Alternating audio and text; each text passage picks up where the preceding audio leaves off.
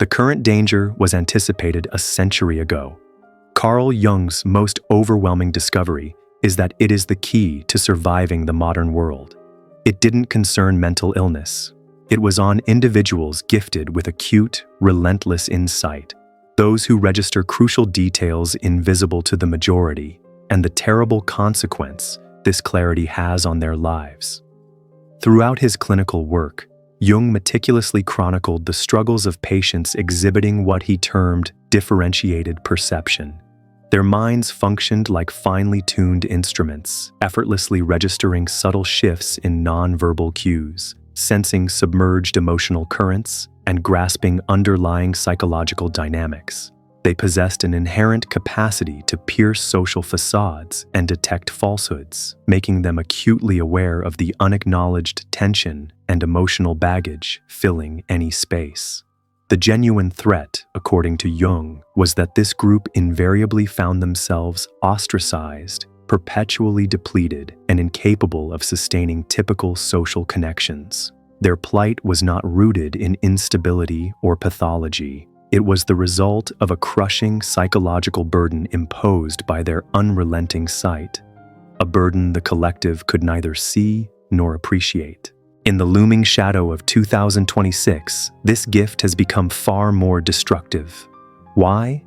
Because now you are not just confronting social masks in a living room, you are facing an endless digital torrent of synthetic content, deepfakes, and algorithmically generated emotions online. Your psyche is overloaded 24/7. Your intuition, which is perfectly calibrated to find truth, is instead running into an information avalanche. And the more the collective unconscious drowns in digital noise and inauthenticity, the more it instinctively rejects the one who sees clearly.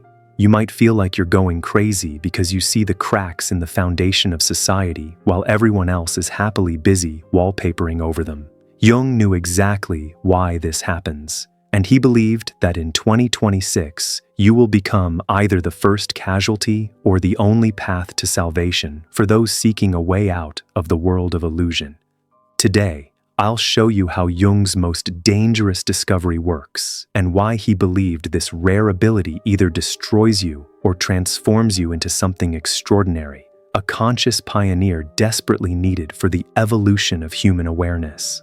The specific case that led Jung to his most dangerous discovery began with a patient he described in his private notes, a highly introverted, intuitive type who came to him in 1913, right during Jung's own period of deep psychological crisis following his break with Freud.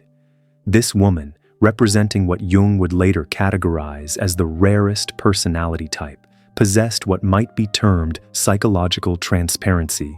She didn't just guess what was happening, she knew. Her mind functioned like a relentless scanner, instantly reading the unsaid story: who was having an affair, who was sinking into depression, who harbored decades of resentment. This overwhelming clarity was her prison. She perceived these hidden realities as a tangible physical presence. This profound insight came at a tremendous cost. She could maintain no friendships. People felt exposed in her presence. Her involuntary authenticity, her inability to participate in even the smallest social pretense, violated the collective unconscious agreements that held society together. She came to Jung isolated, exhausted, and convinced she was irretrievably broken. Jung realized he wasn't treating an illness. He was observing what happens when the unconscious in one person becomes too conscious for the entire society to bear. Let's talk about the physical weight of this gift. For people with differentiated perception, the feeling of inauthenticity is not a mental judgment, it is a physiological alarm. Your problem isn't that you are too sensitive. Your problem is that you have no off button on the MRI machine that is built into your soul. You cannot stop the scanning. Just imagine. You walk into a cheerful office where everyone is smiling, but instead of an atmosphere, you feel a physical revulsion to the falsehood. You sense unpaid debts, impending layoffs, and suppressed aggression like a heavy, invisible gas leak that everyone else is ignoring. You sit in a business meeting, and your body processes not the speaker's confident words, but the way their jaw is clenched or their knee is nervously shaking under the table. This nonverbal signal, contradicting the spoken word, triggers a physiological anxiety response that you mistakenly assume is your own. This burden is compounded by what we call the tyranny of the unspoken. This is the agonizing dissonance you feel when you know the truth, but society demands you participate in the lie. You are forced to nod, to smile, and to consume the toxic energy while being forbidden to acknowledge the source of the toxicity. Every nonverbal agreement to ignore the obvious truth feels like a physical gag order imposed on your consciousness. This wasn't merely social awkwardness for Jung's patient, it was a form of psychological torture. Her psyche was shouting the truth, but her body was being forced into submission, which is why she became so profoundly exhausted. This is a gift that requires conscious control. If you fail to master it, it begins to destroy you, and the first, most painful step in that destruction is rejection by the collective. Why does the collective instinctively attack the person who sees clearly? Jung's answer is precise. You become an intolerable mirror for their shadow. Jung discovered that highly perceptive individuals instantly become targets for shadow projection. The shadow, according to Jung, is the sum of all the traits we deny in ourselves: our selfishness, our envy, our weakness, our capacity for deception. The more fiercely a person denies their shadow, the more intensely they project it onto others. You, as the person with superior perception, become the perfect container for everyone else's unconscious refuse. Your calm, authentic presence, your refusal to participate in collective self-deception, all of this automatically triggers shame and rage about their own inauthenticity and hidden failings.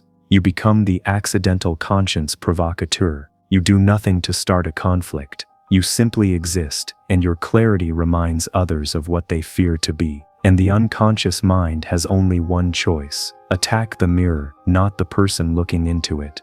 You are the protocol violator in a world that operates on a foundation of collective sleep. Families, companies, and friendships, they all rely on unspoken agreements, certain truths that everyone agrees to ignore for the sake of comfort. By simply existing, you violate this protocol. This leads directly to the classic scapegoat phenomenon. This probably sounds familiar. In your family, you become the designated problem. When you point out an obvious dysfunction, you are immediately accused of creating the drama or being too negative. At work, you are the only one who says the business model is doomed. You are fired not for poor performance but for ruining morale. Not because you caused the problem, but because you dared to acknowledge its existence. As a result, you carry all the toxic qualities that the group cannot admit about itself. You become the container for their aggression and shame, and because of your deep empathy, you absorb this material and mistakenly accept it as your own emotions and your own failures. This is the classic destructive path to isolation and chronic exhaustion, and it is precisely what Jung called the most dangerous aspect of this gift. But how exactly does your unique gift break you down from the inside? Jung identified 4 precise types of superperception, 4 avatars of intuition, and each one has a unique pathway to self-destruction. Let's dive into them. Now that we've established the danger, we must identify its face. Jung didn't just label this group. He precisely categorized their fatal flaws based on which psychological function, feeling, thinking, sensing, or pure intuition was overdeveloped at the expense of the others. This is the crucial moment where you find out exactly how your gift is currently destroying you. Listen closely to these 4 categories. Acknowledging your avatar is the first step toward conscious control. 1. The feeling intuitive. For this type, intuition is fused with feeling, meaning they don't just see emotions, they absorb them directly into their body. They are the living resonator. The danger: you walk into a family gathering, and your aunt's 40 years of unexpressed resentment settles in your chest like a block of lead. You leave feeling crushed, though you barely spoke. You exist in a perpetual state of emotional contagion. Your body acts as a sponge, taking on the anxiety, grief, and toxicity of your entire environment. The price: the crushing inability to distinguish their suppressed sadness from your own genuine emotional state, leading to chronic exhaustion and psychosomatic symptoms. 2. The thinking intuitive. This type excels at seeing patterns, causality, and the inevitable behavioral outcomes where others see only chaos. They are the algorithm hackers. The danger: you look at a superficially successful marriage, and you see the precise algorithmic flaw, the financial dependency, the hidden narcissism that will cause its guaranteed failure. You are not a pessimist. You are a source code reader, living in a world of ignorant users. You see the systemic fault in the structure before anyone else does, but no one will listen until the building collapses. The price: the inability to be spontaneous or joyful, because your mind knows all the logical, often painful, conclusions of every unconscious human process and system. 3.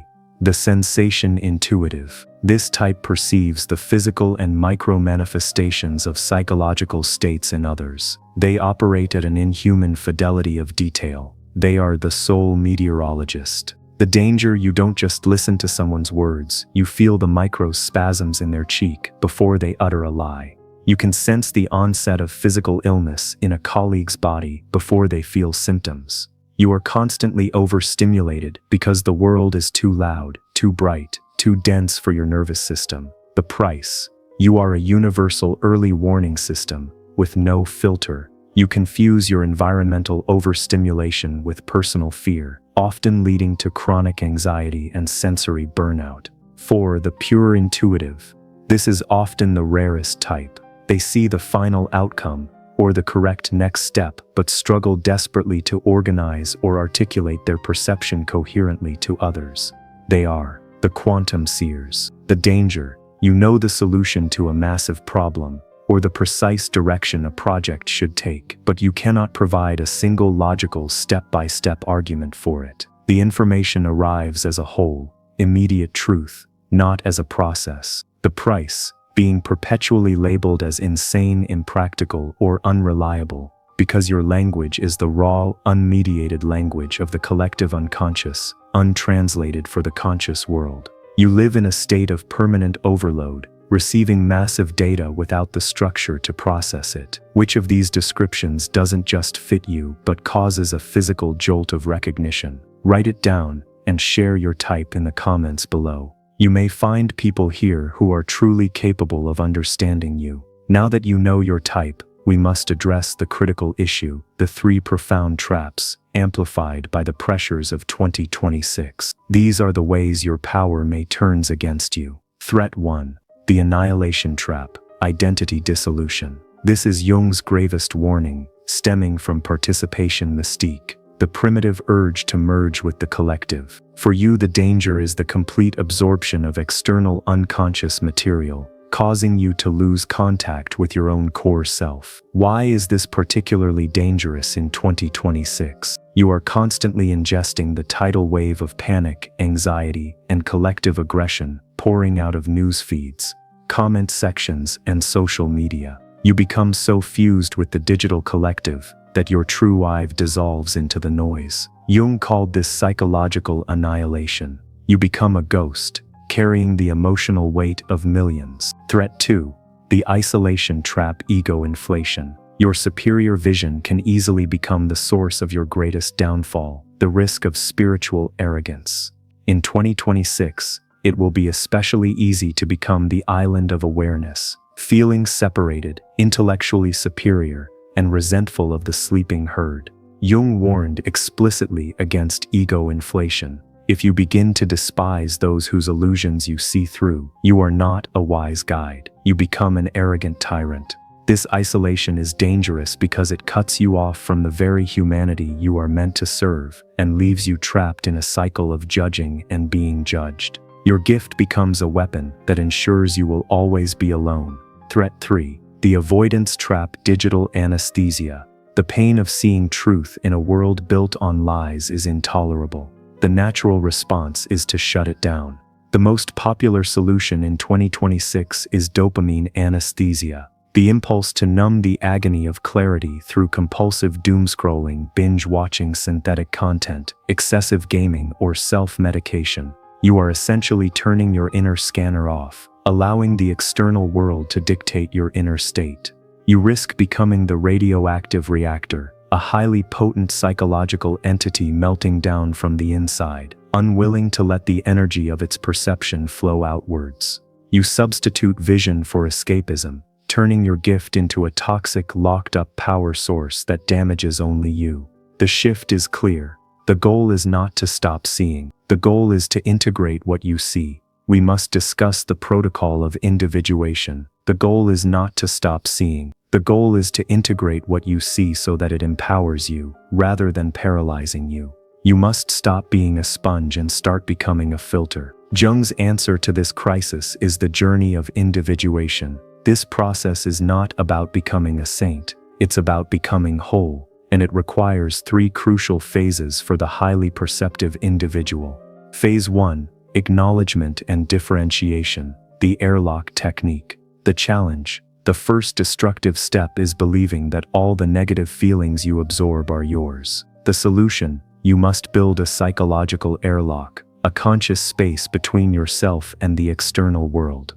The technique. Practice. Daily differentiation solitude. Sit in silence and ask yourself simple but solid questions. Is this anxiety a genuine reaction to my life, or is this the emotional material I absorbed from the collective today? Or for example, does this exhaustion belong to my work, or the unspoken despair of the people I interacted with? By consistently separating your core self from the absorbed collective noise, you establish boundaries that prevent annihilation, that is, dissolution of your individual ego into the collective unconscious. The moment you are so overwhelmed by the anxiety, guilt, and resentment of others that you completely lose the thread of your own identity. Phase 2. Integrating your own shadow, seeing without judgment. The challenge. Why are you so sensitive to hypocrisy in others? Because you still deny your own capacity for it. The solution. The more fiercely you deny your own shadow, your capacity for selfishness, lying, or error,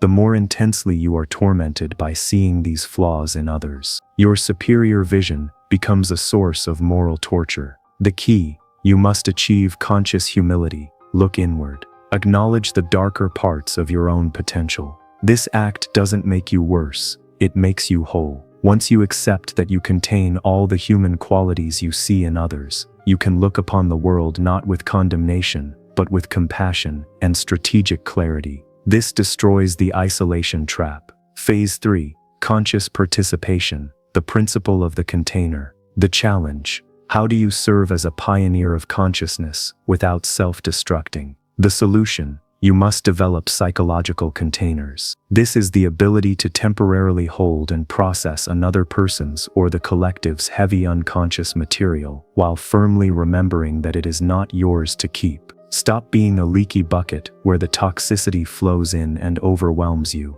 Become a purifying filter. You see the raw sewage, but your process ensures that only clear water passes through to inform your action. This moves you from the avoidance trap to active service. You are serving as a bridge between the conscious and the unconscious, which is your highest possible function. Also, depending on the avatar you defined earlier, use the following techniques. 1. For the feeling intuitive avatar, use the body scan protocol. Before you react to an emotion, perform a quick body scan. Ask yourself, where in my body does this feeling reside? If it's heavy, dull, or generalized, like a block of lead, tag it as external collective material. If it's sharp, specific, and connected to a clear thought about your life, tag it as core self-emotion. Do not act on anything tagged externals until you perform the airlock technique, which you learned about earlier. 2. For the thinking intuitive avatar, use the joyful disruption practice. Your mind is built to see inevitable collapse, but this can paralyze action. Once a day, consciously seek out and analyze something with no logical utility. A piece of abstract art, children laughing, a perfect musical moment. Force your predictive brain to recognize value in the unquantifiable and illogical. This prevents your prophetic gift from becoming a self-fulfilling prophecy of cynicism. 3. For the sensation intuitive avatar, use the sensory detox hour. Your nervous system is perpetually overstimulated. You must schedule 1 hour every day for complete sensory deprivation. Turn off all screens, silence all notifications, wear noise-canceling headphones, and sit in a dimly lit room. This ritualistic cleansing resets your psychic buffer, allowing you to distinguish background environmental noise from genuinely critical signals. 4. For the pure intuitive avatar, use the bridge language translation. Your insights arrive whole, but language requires sequence. When you receive a whole truth, immediately write down the conclusion first. Then dedicate 10 minutes to listing 3 basic linear steps backward from that conclusion. This forces your mind to build the necessary bridge between the unconscious vision and the conscious articulate world. The path of individuation is the dividing line between psychological collapse and evolutionary contribution. Jung studied historical figures to understand this difference, focusing on 2 pivotal men whose superior perception met 2 drastically different fates. The case of unintegrated perception, Friedrich Nietzsche. Jung was deeply influenced by Nietzsche's devastating clarity, his ability to see through social, religious, and philosophical facades. But Jung observed that Nietzsche never learned to integrate these insights constructively. Instead of serving healing, he wielded his perception as a weapon against society. He became so identified with his superior function that it led to psychological collapse. Jung saw Nietzsche's ultimate breakdown as the ultimate warning: the individual becomes consumed by what they see, rather than transformed by it. The case of successful integration, Meister Eckhart. Jung contrasted this with the medieval mystic Meister Eckhart.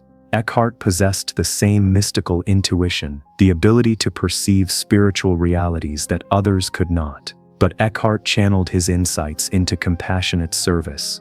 Jung wrote that Eckhart saw clearly, but spoke in ways that invited understanding rather than resistance. His success came from conscious humility, the recognition that superior perception is a gift to be shared wisely, not a weapon to be wielded. The difference is clear. Your vision is not a weapon, it is a tool for building bridges, but transformation is not guaranteed. Jung documented the most common pitfalls that can derail the highly perceptive individual. If you recognize these, you must reverse course immediately. Pitfall 1. The inflation trap, the mechanism. You become identified with your superior function, believing you must save everyone from their unconsciousness. The result: this leads to spiritual arrogance, preaching, judgment, and eventual isolation. Jung observed the moment one believes oneself to be the bearer of absolute truth, one has fallen into the trap. The antidote: the authority of self-check. When you feel the urge to preach, ask yourself, am I speaking to help their growth, or to validate my own superior sight? True wisdom requires you to speak only when asked, and to deliver the truth gently. Your mission is not to be a savior, it is to be a stable anchor. Pitfall 2. The withdrawal justification, the mechanism. You use your superior perception to justify complete withdrawal from society, convincing yourself that others are too unconscious to be worth engaging. The result: Jung called this spiritual superiority masquerading as wisdom. The hermit who withdraws from life has not transcended it, but has been defeated by it. The antidote: the essential engagement rule. Stop demanding perfection from the world. Instead of total withdrawal, commit to 3 essential points of engagement per week: work, friendship, community. You must participate consciously, not perfectly. Jung proved that consciousness is refined by engaging with the very resistance that tries to defeat you. Pitfall 3. The helper's haze, the mechanism. You become addicted to being needed. You define yourself entirely through your ability to see and help others, losing contact with your own development. The result: when perception becomes identity, the person disappears behind the function. This is the sacrifice of your personality to a role. The antidote: the non-rescue contract. Stop letting your perception automatically trigger the rescue role. Before offering help, make a conscious contract with yourself. I will provide insight, but I will not own the outcome. True healing requires the other person to use their own energy. Your gift is sight, not salvation. Pitfall 4. The overwhelm return, the mechanism. Under stress, trauma, or transition, You stop maintaining your psychological airlock and become flooded with others' unconscious contents again. The result. Jung emphasized integration is not a permanent achievement, but a dynamic process requiring constant conscious attention. The antidote. The crisis reset ritual. The moment you feel the crushing return of overstimulation, stop all psychological work. Return to the simplest, grounding physical tasks, a cold shower, intense physical exercise, or cleaning. Grounding the body is the fastest way to interrupt the psychic flood. Your body must remind your overactive psyche that it exists in 3 dimensions. Individuation cannot be achieved in total isolation. You need allies. Jung was clear, you don't need crowds of followers, but you need 1 or 2 individuals who can withstand the truth of your perception. However, you cannot simply dump the raw, chaotic truth on everyone you meet. You need a protocol of gradual revelation. Protocol of gradual revelation. Step 1. The soft probe. Begin with small, gentle observations. Instead of saying, "Our marriage is a lie," try, "I notice a tremendous amount of stress in our home lately. Is that something you want to talk about?" Step 2. Assess the reaction. Watch the response closely. Does it become defensive and hostile, the shadow response, or does it become curious and engaged, the conscious response? Step 3. Choose your audience. Only proceed with those who show curiosity. They are the conscious minority, the people who are actively engaged in their own individuation. They will treat your perception as a valuable contribution, not as a threat to their self-esteem. 1. The 3 types of essential relationships. 2. The integrated individual, the one person who gets you instantly. They are your mirror and your anchor. 3. The mature container, a person, friend, mentor, therapist with a low-drama ego who can hold your intense content without being absorbed by it. The conscious servant, people who are committed to a higher purpose and value clarity over comfort. They are your allies in the world. Your goal is to use your vision to find your tribe. Stop searching for people who will fix you and start searching for those who will recognize you. Where does this path lead? Let us return to the Carl Jung patient who started this journey in 1913. After 3 years of working with the individuation protocol, her life was completely transformed. She built relationships with people who valued her insights rather than fearing them. Most importantly, she stopped experiencing her superior perception as a curse and began understanding it as a gift requiring conscious development. Jung wrote about her transformation. She learned not to see less, but to see more wisely, not to perceive less deeply, but to engage more consciously with what she perceived. Your differentiated perception is not a flaw. It is an evolutionary imperative. You are the only one with a lantern entering a pitch-black tunnel. Your purpose is not to dim your light and join the mass, but to hold it high and guide those who are looking for the way out. The danger of seeing everything isn't that you see too much. It's that you might never learn to see with the integration and wisdom your gifts demand. Stop hiding your eyes. The world desperately needs your vision, but it needs them delivered with wisdom and conscious strategy. If you recognize yourself in Jung's description, share your type in the comments below. Join the conscious minority that is building the bridge to the future. Thank you for watching. See you in the next dimension.